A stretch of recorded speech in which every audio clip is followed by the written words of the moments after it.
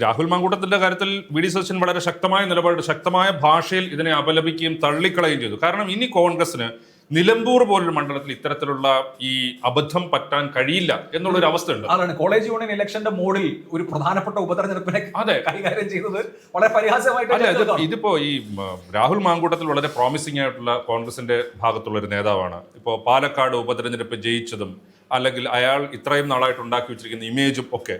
പക്ഷേ ഇങ്ങനെ ഒരു കാര്യത്തിന് കോൺഗ്രസ് നേതാക്കൾ, പ്രതിപക്ഷ നേതാവ്, UDF മൊത്തത്തിൽ നിലപാടെടുത്ത് നിൽക്കുമ്പോൾ കാണാൻ പോകുന്ന ഏതെങ്കിലും ഒരു നേതാവിൻ്റെ അടുത്ത് വിളിച്ചു ചോദിക്കണ്ടേ ഇങ്ങനെ ഒരു കാര്യത്തിന്, അല്ലെങ്കിൽ ഇങ്ങോട്ട് വിളിച്ചിട്ടാണെങ്കിലും എനിക്ക് അങ്ങോട്ട് തോന്നിയിട്ടാണെങ്കിലും പോണോ വേണ്ടേ എന്നുള്ളതൊന്ന് ആരുമായിട്ടെങ്കിലും കൺസൾട്ട് ചെയ്തിട്ടെങ്കിലും പോകണ്ടേ? കൺസൾട്ട് ചെയ്ത് കഴിഞ്ഞാൽ പ്രതിപക്ഷ നേതാവിനെ പോലുള്ള വി ഡി സതീശൻ സമ്മതിക്കും, അല്ലെങ്കിൽ KPCC പ്രസിഡന്റ് സമ്മതിക്കും. ഇത്തരത്തിലൊരു സാഹചര്യത്തിൽ അവിടെ പോകുന്നു എന്നിട്ട് പറഞ്ഞ ന്യായീകരണമോ ഇത് പിണറായിസത്തിനെതിരെ നിൽക്കുന്ന ഒരാള് എന്നുള്ള രീതിയിൽ നിങ്ങൾ നിൽക്കണം. അങ്ങനെയാണെങ്കിൽ BJP കാരൻ സ്ഥാനാർത്ഥി പിണറായിസത്തിനെതിരെയല്ലേ നിൽക്കുന്നത്?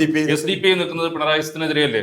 അതുപോലെ അവരെല്ലാവരെയും വീട്ടിൽ പോയി കാണുമോ രാത്രി ഇതുപോലെ? ഇന്ന് മാത്രമല്ല, സ്ഥാനാർത്ഥിയെ കുറിച്ച് ഇയാൾ ഇങ്ങനെയൊക്കെയാണ്, ജയസാധ്യത ഇല്ലാത്ത ആളാണ്, മുസ്ലിം വിരുദ്ധനാണ് എന്നൊക്കെ ചിത്രീകരിച്ചതിന് ശേഷം വീണ്ടും പോയി ഒരു ചർച്ച നടത്താൻ പറ്റുമോ എന്ന് അന്വേഷിക്കുന്നത് മണ്ടത്തരമാണ്. എന്ന് മാത്രം അൻവറിന്റെ ടാക്ടിക്സ് അറിയാത്ത ആളുകളാണ്. അൻവർ അങ്ങനെ ഒരു മീറ്റിംഗ് നടന്നിട്ടുണ്ടെങ്കിൽ അത് ഏത് നിലയ്ക്ക് പൊലിപ്പിക്കും? അല്ല, അവര് തന്നെയാണെന്ന് തോന്നുന്നു. എനിക്കൊന്ന് വീഡിയോ എടുത്ത് അത് പുറത്തു വന്നു. അൻവർ തന്നെ ആയിരിക്കും അത്. കാരണം സ്വാഭാവികമായിട്ടും അൻവറിന്റെ ആവശ്യമാണത്. കാരണം നിങ്ങൾ ചർച്ച പാടില്ല എന്ന് പറഞ്ഞാലും എന്നെ തേടി വീണ്ടും നിങ്ങൾ നാളെ വരുന്നുണ്ട്. നേരത്തെ സൂചിപ്പിച്ചില്ല, ആരോടെങ്കിലും ചോദിക്കാതെയാണോ ഈ രാഹുൽ മാങ്കൂട്ട് ചെയ്യുന്നത്? പറയാൻ പറ്റില്ല.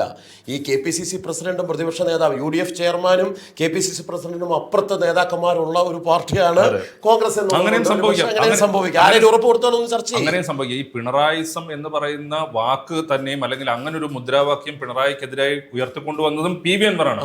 അത് തന്നെ ഏറ്റുപിടിച്ച് പിണറായിസത്തിനെതിരെ നിങ്ങൾ നിൽക്കണം എന്ന് പറഞ്ഞിട്ട് അവിടെ പോയി എന്റെ കാര്യം ഇത്രയേ ഉള്ളൂ. നിങ്ങൾ അങ്ങനെയാണെങ്കിൽ ആരെയൊക്കെ ഇതുപോലെ രാത്രി പോയി കാണും?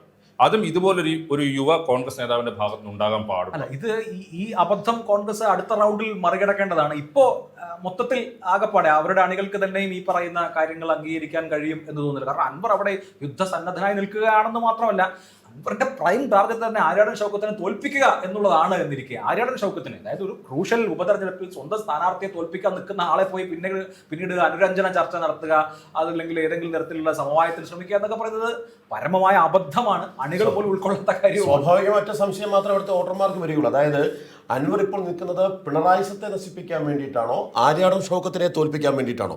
ഇതിൽ ഏതാണ് അൻവറിന്റെ ആദ്യ ലക്ഷ്യം എന്നുള്ളതേ ഉള്ളൂ. കാരണം രണ്ടും അൻവറിനെ പോലെ ഒരാളെ സംബന്ധിച്ചോളം അദ്ദേഹത്തിന്റെ നിലനിൽപ്പിന്റെ പ്രശ്നമാണ്. കാരണം 2 വട്ടം MLA ആയെങ്കിൽ അടുത്ത വട്ടം ഒരു മുന്നണിയുടെയും ഭാഗമല്ലാതെ അവിടെ പോയി മത്സരിക്കാനോ അവിടെ നിന്ന് ജയിക്കാനോ കഴിയില്ല. അല്ല, അതല്ലേ അദ്ദേഹം UDF ആയിട്ട് ചർച്ച നടത്തിയപ്പോൾ 2 സീറ്റാണ് മുമ്പിൽ വെച്ചത്. ഒന്ന് നിങ്ങൾ ബേപ്പൂർ മത്സരിച്ചു, റിയാസിനോട് ഒരിക്കലും ജയിക്കാത്ത മണ്ഡലം. പിന്നെ മലമ്പുഴയാണ്.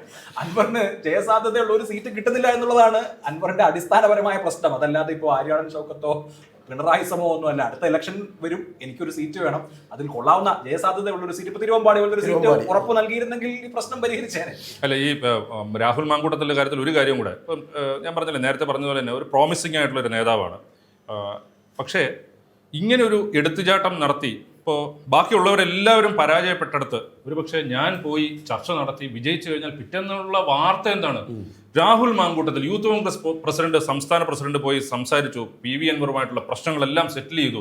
അപ്പോൾ UDF-ലാണെങ്കിലും ഈ രാഷ്ട്രീയത്തിൽ ഉണ്ടാകാവുന്ന ഒരു പെട്ടെന്നുണ്ടാകാവുന്ന വാർത്ത, ഒരു പെട്ടെന്ന് ഇങ്ങനെയുള്ള കാര്യങ്ങളിൽ നേരിട്ട് ഇടപെടാൻ കഴിയുന്ന ഒരു നേതാവ് എന്നുള്ള രീതിയിലൊക്കെ മാറുന്നൊക്കെ ഉള്ളത് പ്രതീക്ഷിച്ചായിരിക്കും ഒരു പക്ഷേ ഈ ചെറുപ്പക്കാരൻ ഇത് ചെയ്തിട്ടുണ്ടാകും. പക്ഷേ ഈ രാഹുൽ മാങ്കൂട്ടത്തിന്റെ രാഷ്ട്രീയ ജീവിതത്തിൽ ഇതൊരു വലിയ പാഠമായിരിക്കണം എന്നാണ് എനിക്ക് തോന്നുന്നത്.